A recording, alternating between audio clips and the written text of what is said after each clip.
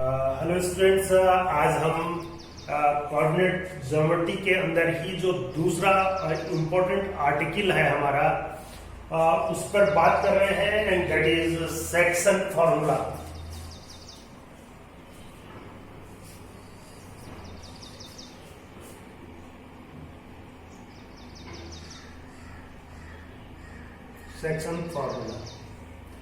Section फॉर्मूले का मतलब बहुत क्लियर आप समझिए कि अगर कोई चीज है हमारे पास, जैसे ये पेन है और इसको अगर यहाँ बीच में अगर इसको पॉइंट किया जाता है, suppose like this red colour, okay, तो इसके अब आप देख रहे होंगे जो इसके जो मार्कर मैंने पहले से पकड़ा हुआ था, एक भाग ये है और एक भाग ये है। अगर इस भाग से मैं इस भाग को डिवाइड कर दूं तो इन दोनों का ये रेशो कहलाएगा। तो हमारे पास सेक्शन फॉर्मूले के अंदर किसी लाइन का रेशियो दिया गया होता है और उस लाइन को के एंड पॉइंट्स के कोऑर्डिनेट्स दिए गए होते हैं। तो हमें इस पॉइंट्स पर, जहां पर ये रेड लाइन आप देख रहे हैं, इस रेड लाइन के कोऑर्डिनेट्स फाइंड आउट करने पड़ते हैं। तो इसके लिए सबसे पहले मैं आपको बताना चाहूंगा कि हमको क्या क्या दिया गया होगा और फिर हमको क्या निकालना होगा। हमको दिया गया होगा गिवन, हमको कोई दो पॉइंट्स दिए गए होंगे, ए x1 y1 और b x2 y2, राइट। ये दो पॉइंट दिए गए होंगे, इन दोनों पॉइंटों को मिलाने वाली एक रेखा होगी और उस रेखा को एक पॉइंट डिवाइड कर रहा होगा ये, और ये पॉइंट जो डिवाइड कर रहा है इसका रेशियो दिया गया होगा। सपोज ये सी पॉइंट हुआ तो AC ratio CB is equal to M ratio N, suppose हमको दिया गया, राइट। अब इस चीज को हमको to find the coordinates of, हमको निकालना क्या है, to find coordinates of C। जो C पॉइंट है हमारा, उसके कोऑर्डिनेट्स हमको निकालने हैं and let the coordinates of this is x and y, suppose. तो इस x और y की value in terms of x1 y1, x2 y2 and ratio m and n, जो वैल्यू आएगी, this is called section formula. अब इसको थोड़ा सा ग्राफ पर हम ले जाएंगे सॉल्यूशन। अब ग्राफ पर देखते हैं इसको। सपोज करिए कि ये 2 एक्सिस सिस्टम है, ये x है और ये y है,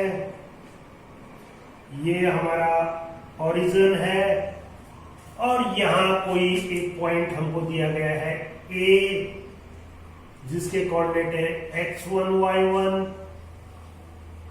और यहां कोई पॉइंट दिया गया है B और इसके कोऑर्डिनेट है x2 y2, राइट। और ये कोई लाइन है और यहां पर कोई पॉइंट है C और इसके कोऑर्डिनेट हमने मान लिए कि इसके कोऑर्डिनेट x और y, राइट। अब आइए अगेन सॉल्यूशन में कि A से एक परपेंडिकुलर ड्रॉ करिए x एक्सिस पर, सपोज ये M है, और एक परपेंडिकुलर ड्रॉप करिए अगेन B से x एक्स पर, सपोज ये N है, राइट। और एक परपेंडिकुलर ड्रॉप करिए C से, ये P है सपोज, और परपेंडिकुलर ड्रॉप करिए यहां से, और ये सपोज Q है, और एक परपेंडिकुलर यहां से ड्रॉप करिए इस पर, तो ये सपोज कर लिए पी क्यू आर मान ले, सपोज ये आर, राइट। इतना समझ गए हैं हमने क्या किया, AM perpendicular to OX, CP perpendicular to OX, and BN perpendicular to OX, right? ये तीन परपेंडिकुलर तो हमने OX पर डाले, X एक्सिस पर डाले, और फिर A से AQ perpendicular to CP and CR perpendicular to BN कह सकते हैं, या BN कह दीजिए। ये परपेंडिकुलर हमने ड्रॉप किए, राइट। अब यहां पर देखिए अगेन सेम थिंग्स, ये x1 डिस्टेंस है, ये y1 डिस्टेंस है, राइट। ये पूरी की पूरी x डिस्टेंस है, ये पूरी की पूरी कितनी डिस्टेंस है, y डिस्टेंस है, और ये पूरी की डिस्टेंस अप टू n क्या है, x2 डिस्टेंस है, और ये पूरी डिस्टेंस कितनी है, y2 डिस्टेंस है, राइट। अब इसको देखने के बाद अब आपको क्लियर हो गया होगा कि अगर हम इस ट्रायंगल को लें, पहले इस ट्रायंगल को लें, तो आई होप कि आप अंडरस्टूड कर जाएंगे कि in triangle AQC, in triangle AQC आपको AQ की वैल्यू कितनी मिलेगी, AQ is equal to how much, MP, और MP is equal to x minus x1. Am I right?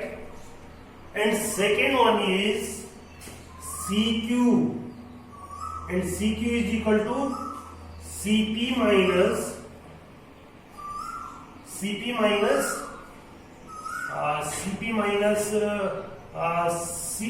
QP,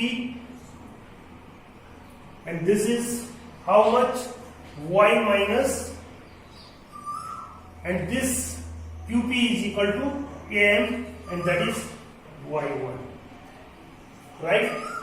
And now in second triangle, in triangle CRB, right?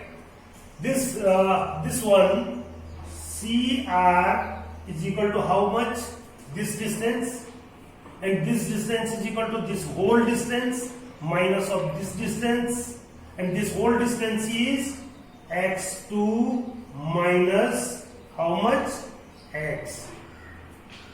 In same way, इसी प्रकार से आप देखेंगे कि BR is equal to whole minus of this, but this is equal to this, and this is y, तो y2 minus y, right.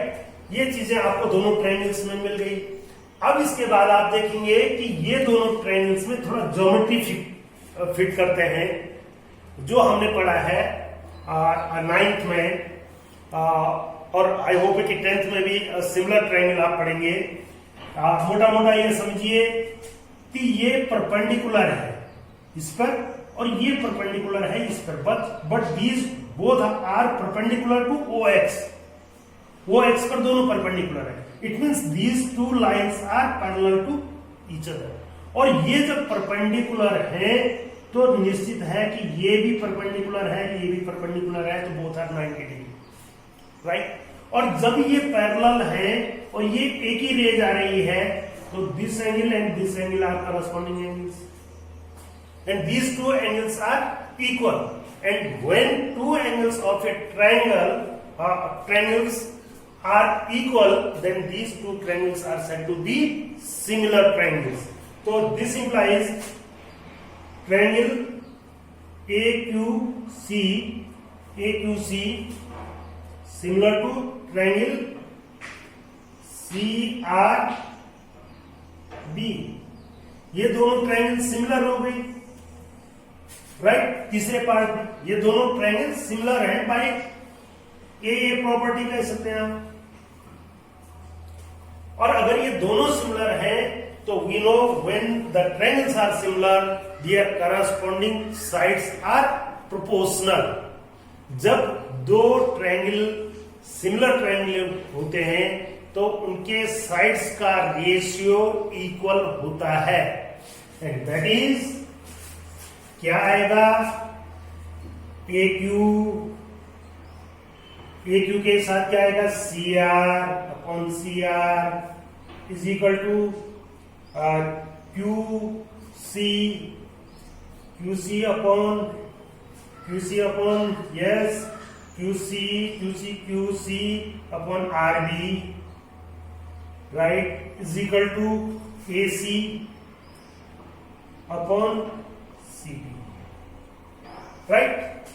और इसी में अगर अब मैं वैल्यूज पुट कर दूं, जो वैल्यूज मैंने निकाली थी, तो एक ही की वैल्यू है x minus x1 upon CQ की वैल्यू है इसके साथ ये आ जाएगा x2 minus x is equal to, इसकी वैल्यू रख देते हैं that is y minus y1 upon y2 minus y is equal to m upon n, right. This is given m ratio n, ratio is given. अब देखिए बहुत simple हो गया। अगर अब आप समझना चाहेंगे तो बहुत आसानी से हम इसको निकाल सकते हैं। आई थिंक इसको मिटा दूं मैं यहां तक, और अब पहला और थर्ड ले लीजिए। पहला और तीसरा अगर आप लेंगे तो x minus x1 multiplied by n is equal to m multiplied by x2 minus x, right. इसको अंदर कर ले, nx minus nx1 is equal to mx2 minus mx। x वाले पद एक तरफ ले लेते हैं और जो गिवन कोऑर्डिनेट्स हैं उनको एक साइड कर लेते हैं। तो nx plus mx is equal to mx2 plus nx1, and x common ले लें x, और हमारे पास बचा n प्लस m या m plus n is equal to mx2 plus nx1, and x is equal to mx2 plus nx1 upon m plus n। This is the x coordinate. और इसी प्रकार से सिमिलरली अगर मैं डायरेक्ट लिख दूं, ऐसे ही इसको दो पदों को लूं और उनको सॉल्व करूं तो हमें मिलेगा y कोऑर्डिनेट, और y कोऑर्डिनेट बराबर m y2 plus n y1 upon m plus n, right.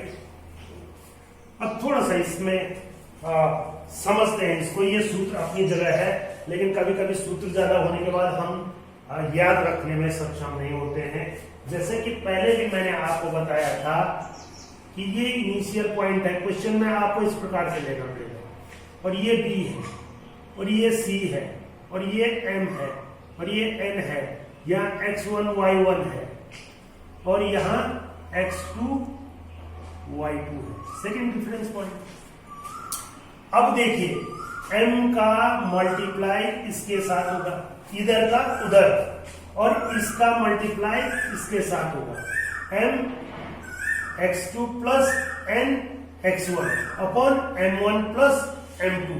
इसी प्रकार से y में क्या हो जाएगा, m का मल्टीप्लाई y2 के साथ और n का मल्टीप्लाई y1 के साथ, ये ऐड हो जाएंगे अपॉन m1 प्लस m2 या m प्लस n। तो ये इस प्रकार से हमें दोनों कोऑर्डिनेट्स आराम से याद हो जाएंगे। और इसका सेकंड पार्ट कॉर्नरी के रूप में आपको जरूर याद रखना है, और दैट इज वेरी सिंपल, कि अगर कभी किसी प्रश्न के अंदर आपको ये कहा जाए कि कोई एक रेखा है,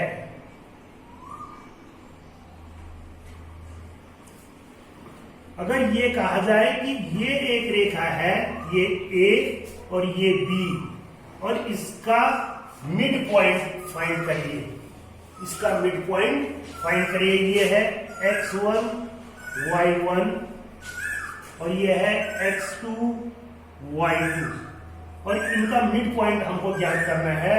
तो मिड पॉइंट का मतलब हुआ 1 और 1:1। और अगर जो सेक्शन फॉर्मूले हमने लिखे थे, उन सेक्शन फॉर्मूलों में अगर n और n की वैल्यूज हम 1 रख देंगे, that is x is equal to 1 into x2 plus 1 into x1 upon 1 plus 1, simple. तो ये क्या हो जाएगा आपके पास, x is equal to x1 plus x2 upon 2।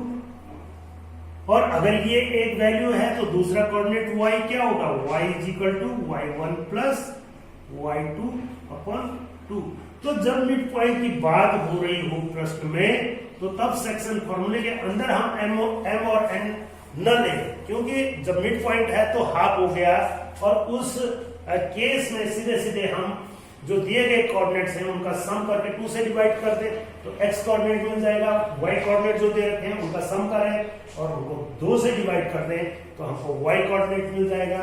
I hope कि आपने ये दोनों फॉर्मूले ठीक से समझ लिए होंगे। अब हमारे पास इनके कुछ प्रैक्टिकल क्वेश्चंस जो डिस्टेंस फॉर्मूले पर और सेक्शन फॉर्मूले पर बन सकते हैं, उन पर हम आगे बात करेंगे।